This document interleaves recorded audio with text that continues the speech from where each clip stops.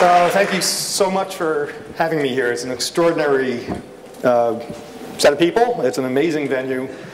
And I'm coming on after Dana and Jeff. So I'm sorry, I'm fiddling with the computer for a moment. And I hope the computer will not be fiddling with me. Ah, it worked. So I want to talk about facts and transparency. And I should say right at the beginning, after Dana's extraordinary talk, which we sort of get extraordinary, we take for granted with Dana at this point, that this is a talk to our tribe. It is within a domain. So transparency is a hugely broad topic. I'm not going to talk about the sort of transparency where you look at how the sausage is being made and you do, as Jeff was saying, that you play gotcha.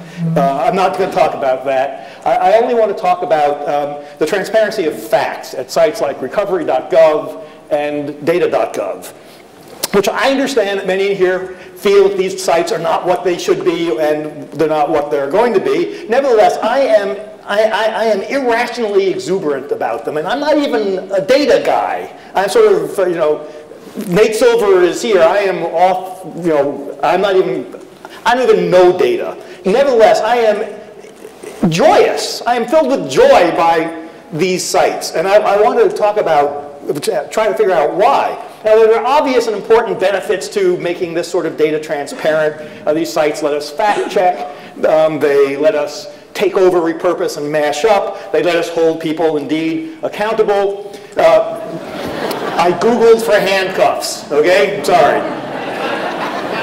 And I don't want to take those things for granted, but that's not what's making me so happy. My delight goes deeper even than the sum total of these sorts of sites that come from our friends at Sunlight Foundation and others. We're doing some amazing stuff, but the sum, my joy at these, at sites like data.gov, at the transparency of facts and data, is larger even than the sum total of my happiness at applications like these. So why am I so happy?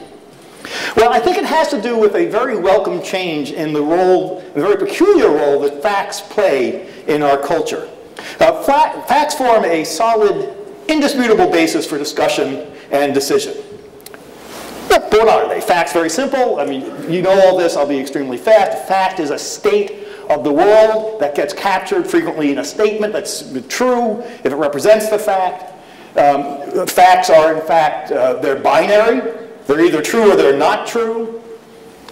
Facts are, they're relatively scarce, not entirely, they're relatively scarce, simply because most things are not facts. Most possible statements just aren't facts, so they're relatively scarce anyway. They aren't all in a big pile. They go together in some coherent, consistent order. There is a right ordering of facts. This is how we have, this is the role that facts have played in our culture. They are, it doesn't matter who says a fact. It's independent of the voice. They're objective. A fact is a fact, which means if two people disagree, only one of them can be right, which means that we use facts to settle arguments. They are discussion closers. They nail things down. And when all you have are nails, everything looks like a hammer.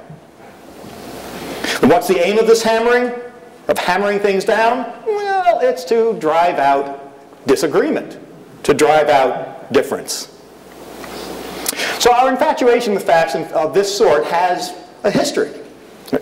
They really came into their own in the early part of the 19th century, precisely because of their utility in settling social issues, issues of policy. The utilitarians, Jeremy Bentham, inculcated a culture of reliance, of the gathering of facts about social life, and using those facts to settle in an objective way what policy should be. They tried to put social policy and politics on a factual basis. But by the 1850s, when Dickens wrote Hard Times, people were already pretty fed up with facts. Mr. Gradgrind in Hard Times says, facts, facts, facts. And in the 1860s, there were already members of Parliament who were saying things like, if you wanted to hide a question, the best plan is to bury it in a blue book, which was one of the repositories of facts. So we were already getting tired of facts. We were feeling overwhelmed by them in 1860. In the 20th century, you go from facts to information, something a little bit richer, and information to data in the age of information. And data is a type of formal, as you know, type of formal code. It's designed for machines so they can manage the flood of stuff that's coming in. If machines can read holes at regular intervals, then that's what data became. And so we entered the age of information really pretty ambivalent about the age of information. We did not like computers when they first came along. We had cultural artifacts, movies like this, in which actually a band of women, which is not accidental, women librarians, corporate librarians, are fighting the man with his conformity, with his efficiency, his ruthless paring down of everything to facts, facts, facts, and data, data, data. We did not like computers. We did not like data. And we were right. Our basic concern was basically right. Information was born and created to be managed. Information, in fact, in the information age is all about paring down the amount of information so that we can put it into a database so we can manage it. Information and control go together. Information was designed to be controlled. It is designed to be a reduction of the complex to the simple that can be controlled. So we were right to be concerned about the information age. And so you look at this person now in the age of the web, and it's entirely different. Right? It's all about links, not facts, not information. It's about links. Links that are not in a set of columns decided top-down by somebody else, but are entirely bottom-up, that are created to express what any one person wants, creating an endless universe of links expressed in the richness of actual real language, like words. So we go from facts to data, and then to hyperlinks. And this is the opposition that I want to explore, because I think this is what's going on in the age of transparency and what's making me so happy about it. So clearly, this is the hyperlinked age. We can think of hyperlinks as being a new type of punctuation. Whereas most punctuation tells you where to stop, hyperlinks tell you how to continue, how to go on. They beckon you to invite you to go on and on and on forever. Very, as you know, again, very opposite the notion of a book. Books contain what's in them, and once printed, books settle the matter. It's done. It's a closed book. Hyperlinks point away in all directions at once, which is the actual definition of an explosion. So links are explosive and highly unsettling. And so you compare this explosiveness to the world that facts build. Facts are settled, they're firm, facts are difficult to establish. It's hard to do, which gives them much of their weight. Links are incredibly easy to make. Anybody couldn't make one, and for better or worse, they create a world, these links do, that's unsettled and in constant disagreement. Because that's what links do. They're all about differences. Right? This is like that, it's related to that, but it's different from that. It's an amplification, it's a rejection, it's a disagreement. Facts go together to create a unified world, this wall of facts. Links constantly explode into difference. Difference that will never be resolved the way that the utilitarians hoped in the early 19th century. So this is sort of an optimistic sounding thing, but you cannot argue very well, anyway, with Dana's facts, and she's right. So I'm not saying that the web is only a festival that celebrates difference, everybody accepting everybody who's different in every way and all ideas, and we all become open, accepting people, because that doesn't happen.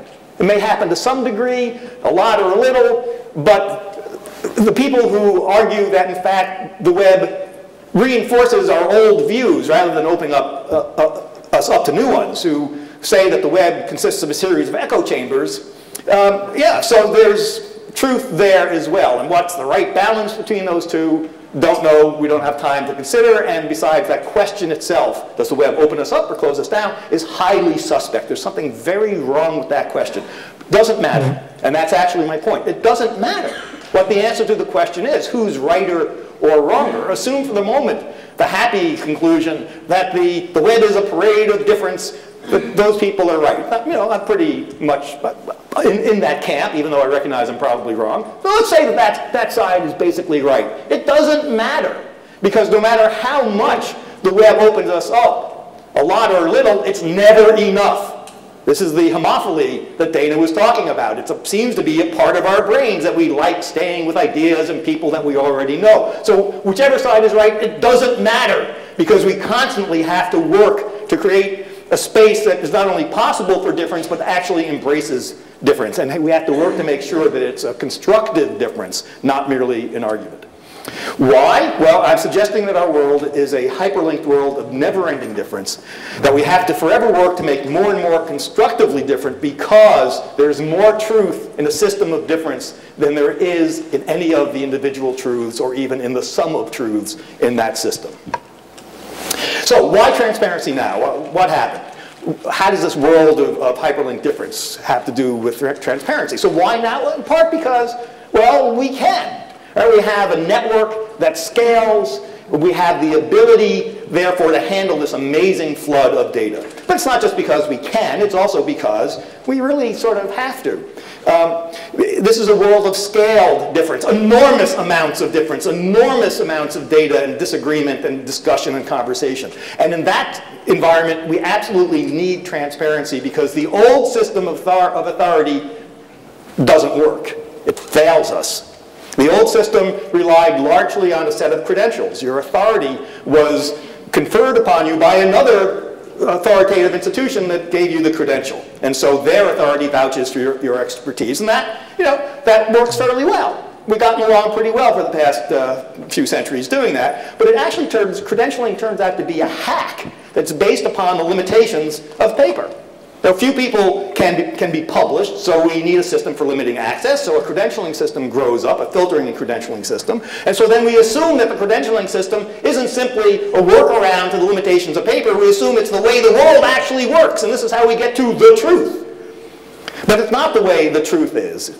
In fact, we've modeled our idea of truth around the limitations of paper. We've ascribed to truth the limitations of paper. And I want to give you one example of this. Our idea of even what a topic is, and thus the expertise and authority that goes with mastering a topic. So topics are not just organizational, of course, right? They're a source of power and authority. Our idea of topics is totally tied to paper. If you look up the topic of philosophy in Britannica, you will find 180,000 contiguous words. It's in the Macropedia portion of paper, Britannica.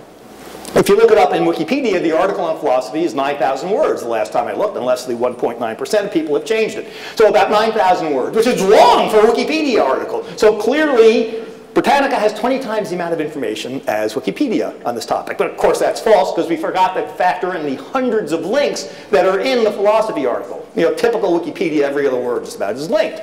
So if you want to do the apples to apples comparison, who has more on this topic? What's the word count? You're going to have to go to the links in Wikipedia and start figuring out which ones you want to include in your word count. So Hellenistic philosophy? Yeah, that's going to go in the word count. Thomas Aquinas? Absolutely.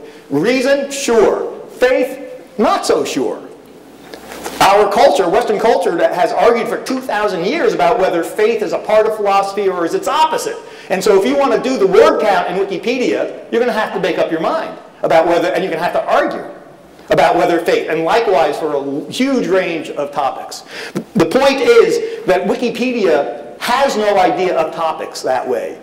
Its sense of what a topic is spread out across the network of hyperlinks, and that is a far more accurate representation of what a topic is than the paper-based contiguous idea that a topic starts here and ends here. The linked world of difference is a far more accurate, more truthful representation of the nature of topics, even though this means that the idea of mastering a topic of a confined domain is now in trouble, and thus the authority and the credentialing system that's built upon the idea that we could have confined topics, that is in jeopardy. Doesn't matter. The linked world of difference gives us a far better, is a much more truthful picture of how topics work than the paper-based world could give us. And it's not just Wikipedia. This is Philosophy at Delicious, spread out all over the place. The Nietzsche Family Circus, for example. And this is at Wolfram Alpha. It's a list of synonyms for philosophy. Likewise, huge, messy, this is the wonder wheel at Google for its idea of what the topic of philosophy. It's a mess. The whole thing is a stinking mess, but that's exactly the way it should be because topics are loose-edged and messy. That's what happens in a hyperlinked world of difference. It's as messy as, well, a bottom-up network. But that messiness adds context. It adds understanding. It adds argument. It adds distraction. It adds a basic ability to go beyond the issue of the moment and see how it connects. And it's all done through difference, by embracing, incorporating, making manifest through the link the world of difference in which we now live. So different from the world of carefully constructed, agreed upon facts. So I want to look at 3 ways very quickly that the hyperlinked world of difference is different from the world of facts. 3 instances. Facts are binary and scarce, okay? But now, liberated from paper, we get an ecology of knowledge that includes all sorts of different degrees of knowledge. We get peer-reviewed journals like Nature, which includes only the very smallest percentage of the most important science articles that pass peer review. But we also get in this ecology now, Public Library of Science 1, which is also peer-reviewed, but publishes everything that passes peer review, even if it's a minor topic, because we need minor knowledge as well as major knowledge. And we also get archive.org, which any scientist can contribute to, papers before they've been peer-reviewed or accepted, works in progress, but that's okay. We know when we read it that this is a work in progress, and so we get more and more stuff, not just the binary, you're accepted and published, you're rejected, and you're not. And we get, in fact, as Andrew mentioned earlier, we get tweets from Iran, which we're desperate to have, even though we understand they're not verified, they're not necessarily authoritative. Nevertheless, we can deal with it, we can handle it. We want unsure knowledge, unsure information as much, and facts, much as we want the sure ones. Second example of how this changed. Facts are settled and they are independent of us humans. But when you get a willingness to admit the fallibility that Jeff was talking about, then we can get an article that is perfectly proud and happy to announce this is the work of humans. Behold humanity. We're the ones who never get anything right. That's the difference between us and, God. It's always been the case. We never get anything right. And this, again, liberates us to get more information and to confront and acknowledge the differences between us. The differences are going to remain. We're never going to agree on everything. In fact, we're never going to agree on anything if you look hard enough. So we might as well, fess up. And by the way, my evidence for the fact that we're never going to agree on anything is all of human history. So might as well just acknowledge it and move on.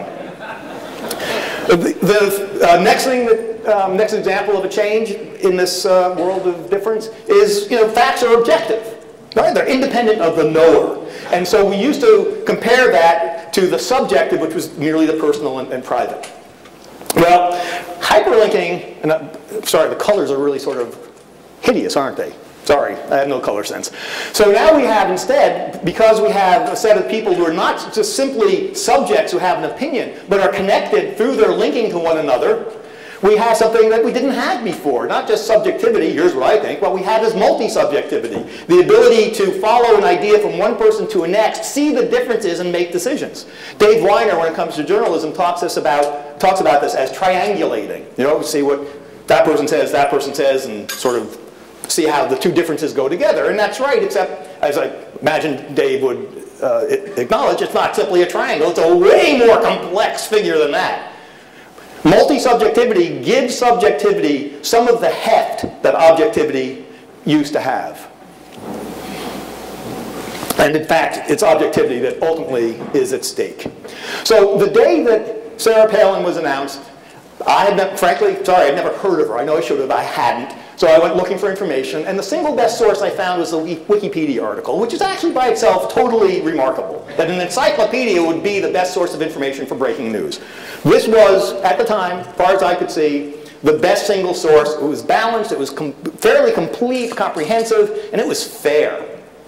It was fair. But let's say you're reading it, and it says, and she won a beauty contest when she was 18 or whatever. And you read this and you say, well, that's pretty sexist. For a guy who won a beauty contest, they wouldn't put it in.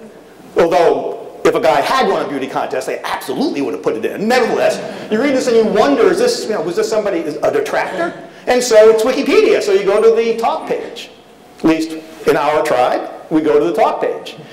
And sure enough, this is just a list of the topics that were discussed on the talk page. And you can see the difference right before your eyes. Here's the argument that was happening back and forth, and here's how they came to the resolution they came to. And maybe you disagree with the resolution. It doesn't matter. Transparency is the new objectivity. You don't get stopped, as we used to, by the credential. Well, it says it in the Britannica. Well, it says it in the New York Times. We don't get stopped anymore because we're in a hyperlinked world of difference, and there is no longer a pretense that there is a single right answer for most of the questions that concern us in politics. So, we've believed, I believe, sort of casually accepted the updated version of the Victorian idea of how facts work. That facts lead to knowledge and to wisdom, and that's why we want facts. And I think this is absolutely wrong.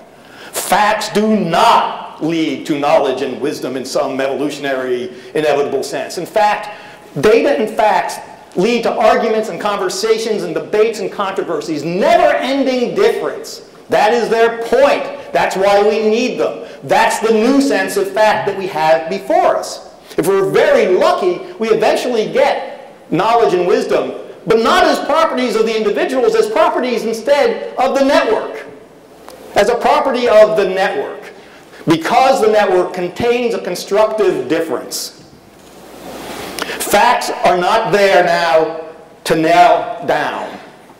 At a site like data.gov, we're being given facts, slowly.